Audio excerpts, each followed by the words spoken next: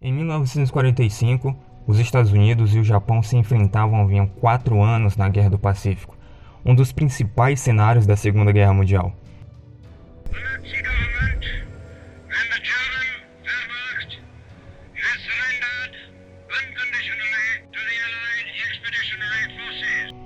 Em 26 de julho daquele ano, o presidente dos Estados Unidos, Harry Truman, deu um ultimato aos japoneses, exigindo uma rendição incondicional. Do contrário, disse que enfrentaria uma destruição rápida e absoluta. If the Japanese insist on continuing resistance beyond the point of reason, their country will suffer the same destruction as Germany. A mensagem de Truman não mencionava o uso de bombas nucleares. No entanto, essas armas já faziam parte do arsenal à disposição dos Estados Unidos para decidir o conflito a seu favor. As razões que levam os Estados Unidos a lançarem bombas atômicas sobre Hiroshima e Nagasaki ainda são objeto de debate, mas as consequências disso são evidentes até hoje. Eu sou Victor Andrade e acompanhe agora a cronologia dos primeiros e até agora únicos ataques com bombas nucleares da história aqui no canal Surpreendente.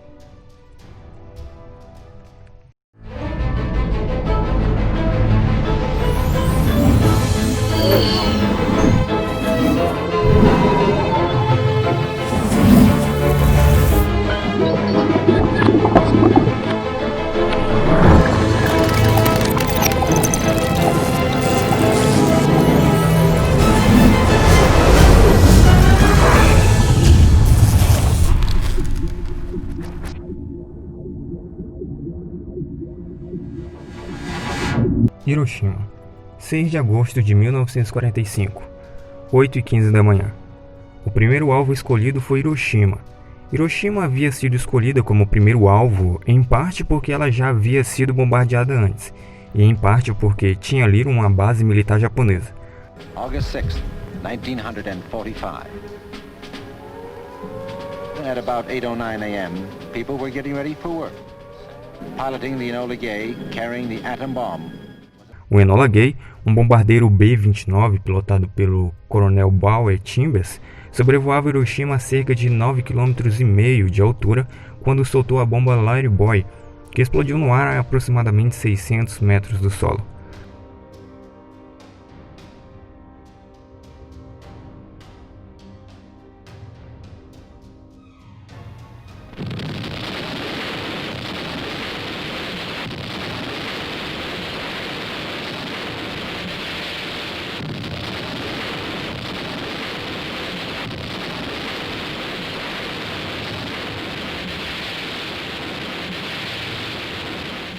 Mas como funciona o mecanismo interno da Larry Boy, ou também chamada de garotinho? O mecanismo interno da Larry Boy funcionava da seguinte forma.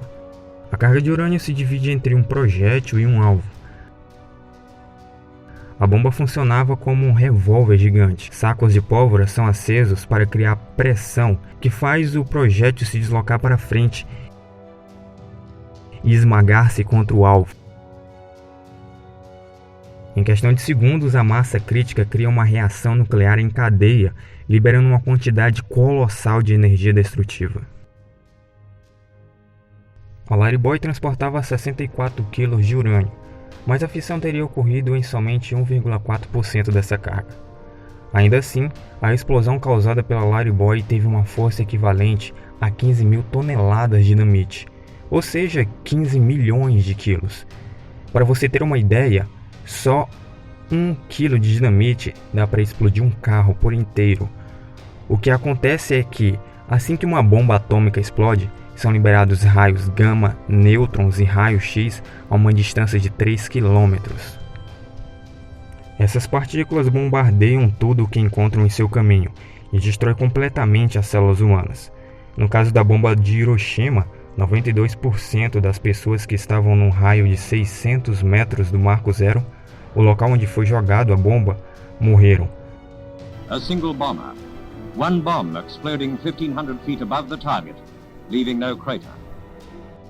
A Larry Boy explodiu no ar, mas causou uma onda de calor de mais de 4.000 graus centígrados, no raio ainda maior, de cerca de 4,5 km. Naquele dia, cerca de 50 a 100 mil pessoas da cidade morreram de maneira terríveis. Heat, indescribably intense, traced the outline of a man's body on the concrete roads. A permanent memorial to the first use of the world's most powerful weapon. Há relatos de que algumas simplesmente evaporaram e de que construções inteiras se desfizeram por causa da intensidade do calor. Fabric like this was used in a woman's dress. When the bomb fell, heat branded the pattern into her flesh. 2/3 dos edifícios de Hiroshima ficaram em ruínas e incêndios continuaram por 3 dias. Mas não para por aqui. O Japão não se rendeu. 3 dias depois, os Estados Unidos lançaram uma segunda bomba nuclear no território japonês. Nagasaki, 9 de agosto de 1945, 11h02 da manhã. Esse não era o plano original. A bomba seria jogada em Konkura, uma cidade industrial em terreno plano. Mas naquele dia, Konkura amanheceu coberto de neblina e fumaça.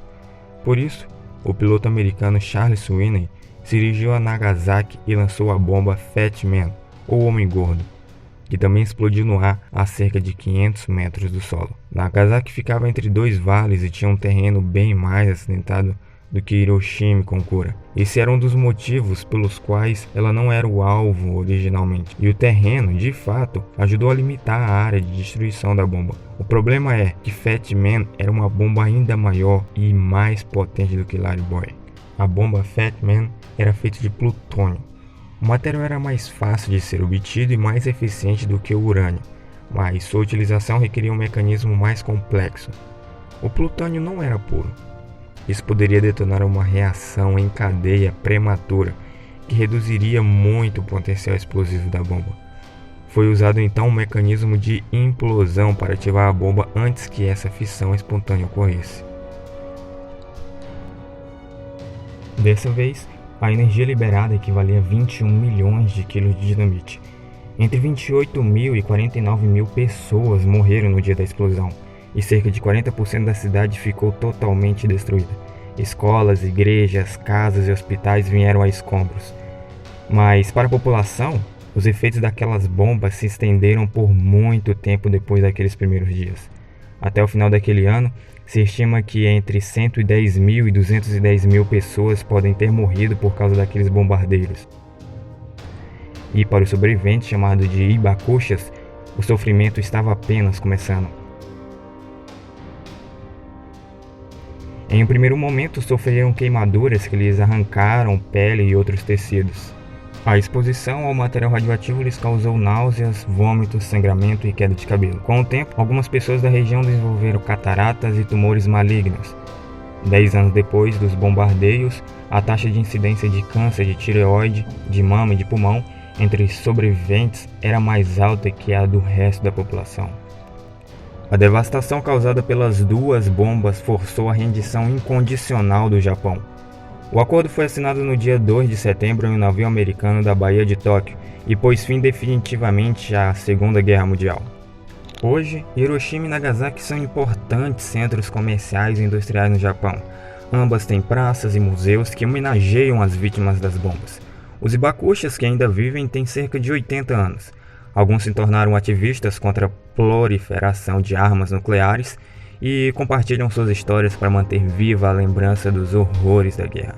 A devastação causada por Larry Boy e Fat Man é objeto, até hoje, de um intenso debate sobre se foi necessário um ataque dessa magnitude sobre a população civil. Desde então, nenhum outro país se atreveu a usar uma bomba atômica em um conflito armado. É isso. Quais acontecimentos históricos e científicos você gostaria de ver relembrados ou explicados num vídeo surpreendente aqui no canal? Conta pra gente aqui nos comentários que a gente vai ler. Eu fico por aqui. Tchau, tchau.